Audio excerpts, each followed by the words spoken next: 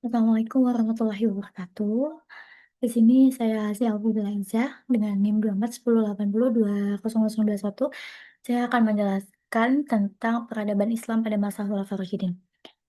Jadi peradaban Islam di masa ini tuh setelah wafatnya Rasulullah, ketika si pemimpin Islam ini udah dipegang oleh 4 khalifah yang bijak dan penuh keteladanan, yaitu ada Abu Bakar, Umar, Utsman, dan Ali. Oke, jadi kita lanjut ke next. Untuk yang pertama ada di Abu Bakar As-Siddiq. Jadi pada awal kepemimpinan ini Abu Bakar As-Siddiq ini sahabat paling dekat Rasulullah yang terpilih menjadi khalifah pertama pada tahun 11 Hijriah atau 632 Masehi. Beliau ini dikenal sangat lembut tapi tegas dan berani mengambil keputusan di saat-saat sulit. Waktu Rasulullah wafat, umat Islam sempat bingung siapa yang akan yang memimpin untuk lanjutnya. Di Sakifah Bani Sa'idah, kaum Ansor dan Muhajirin ini berdiskusi. Dan akhirnya semua sepakat untuk memilih Abu Bakar sebagai khalifah. Terus selanjutnya itu terjadi perang Riddah dan ketegasan pada Abu Bakar. Begitu menjadi khalifah, Abu Bakar ini langsung dihadapin pada ujian yang besar, yaitu ada munculnya 3 kelompok pembangkang, yaitu orang-orang murtad, terus yang menolak zakat, dan nabi-nabi palsu.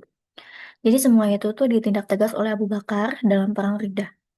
Perang ini penting banget karena menyelamatkan keutuhan umat Islam yang hampir pecah setelah Rasulullah wafat. Terus selanjutnya itu ada perluasan wilayah. Abu Bakar ini juga melanjutkan ekspansi dakwah Islam ke wilayah Syam yang dikuasai Romawi. Di sini ada 4 panglima besarnya yang pemimpin pertempuran ini.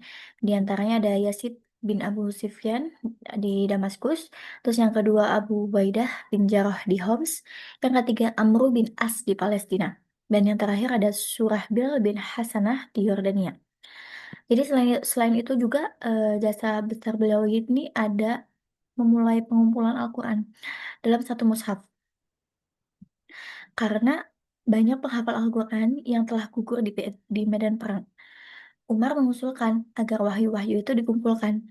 Nah, Abu Bakar setuju dan menugaskan Said bin Sabit. Dari sinilah muncullah mushaf pertama yang kemudian diwariskan ke generasi berikutnya. Terus untuk selanjutnya, pada masa Khalifah Umar bin Khattab. Jadi Umar bin Khattab ini salah satu pemimpin yang tegas dan adil. Jadi setelah Abu Bakar wafat, kepemimpinan ini dilanjutkan oleh Umar bin Khattab. Nah, Umar ini kan dikenal dengan ketegasannya, tapi juga sangat adil. Beliau ini diangkat jadi khalifah pada tahun 634 Masehi dan memimpin kurang lebih selama 10 tahun. Di masa Umar ini, Islam ini sudah berkembang pesat. Wilayahnya meluas sampai ke Mesir, Persia, Palestina, dan sebagian besar Syam. Terus eh, di sini ada kayak pemerintahan dan inovasi Umar. Umar ini punya banyak terobosan dalam sistem pemerintahan. Beliau ini membentuk 8 provinsi, mendirikan pengadilan, jawatan kepolisian, dan militer dengan gaji tetap. Bahkan beliau bisa mendirikan Baitul Mal, semacam kementerian keuangan pertama dalam Islam. Dan juga Umar mencetak mata uang yang paling penting. Beliau ini menetapkan sistem penanggalan Hijriyah yang kita pakai sampai sekarang. Luar biasa kan? Terus di sini juga ada seni dan ilmu di masa Umar. Selain urusan pemerintahan yang tadi, Umar juga memperhatikan seni dan ilmunya.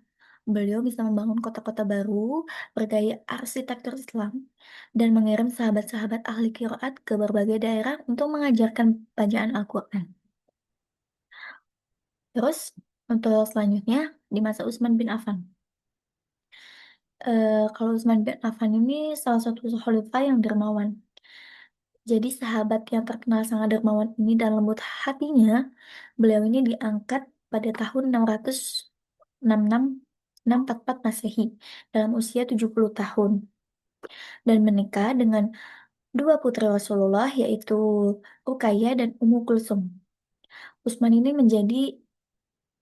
dipilih menjadi panitia 6 yang dibentuk oleh Umar sebelum wafat, dan panitia ini bermusyawarah akhirnya menunjuk Utsman sebagai khalifah. Terus di sini ada kayak mushaf Utsmani dan ekspansi wilayah. Jadi salah satu jasa terbesar Utsman ini menyeragamkan mushaf Al-Quran. Karena umat Islam ini sudah menyebar ke berbagai wilayah dan punya dialek berbeda. Beliau ini membuat mushaf standar berbahasa Quraisy agar baca tidak berbeda-beda. Nah, 6 salinan ini dikirim ke kota-kota besar seperti Mekah, Kufah, dan Syam. Inilah yang disebut Mushaf Utsmani. Utsman juga memperluas wilayah ke Persia dan Armenia dan melanjutkan perjuangan pendahuluannya. Nah, terus pemberontakan pada masa Utsman ini dan berakhirnya sangat tragis. Jadi kalau namun di akhir masa pemerintahannya ini muncul gejolak sosial. Ada beberapa pejabat yang hidup mewah menimbulkan kecemburuan rakyat dan akhirnya dimanfaatkan oleh tokoh bernama Abdullah bin Sabah. Jadi akibatnya terjadi pemberontakan ini yang berakhir tragis ini, rumah Utsman ini dikepung selama 40 hari dan beliau akhirnya dibunuh. Nah, peristiwa ini yang menguncangkan dunia Islam dan menjadi awal masa pengujian. Selanjutnya Ali bin Abi Thalib. Jadi Ali bin Abi Thalib ini khalifah terakhir dalam Khulafaur Rasyidin.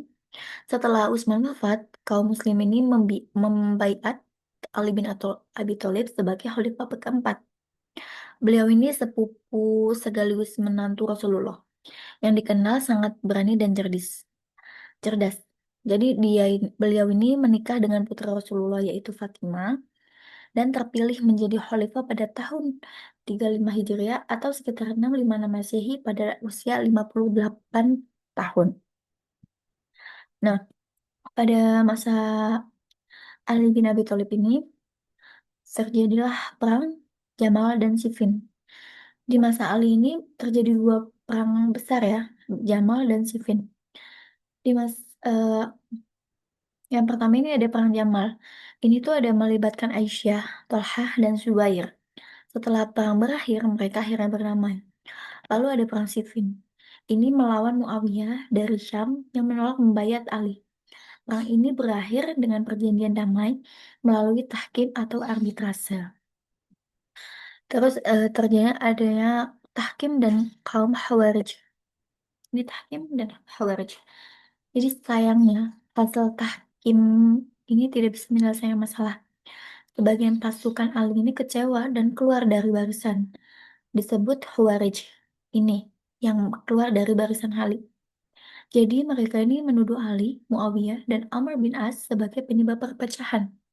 Akhirnya, salah satu dari mereka, yaitu Abdurrahman bin Muljam, membunuh Ali saat beliau sedang sholat subuh di Masjid Kufah. Dengan wafatnya Ali, berakhirnya masa Khulafaur Rasyidin. Nah, masa inilah keemasan yang penuh kedaulatan. Jadi, empat khalifah ini, yaitu ada Abu Bakar, Umar, Utsman, dan Ali, masing-masing ini bisa memberikan warna dan kontribusi dalam peradaban Islam.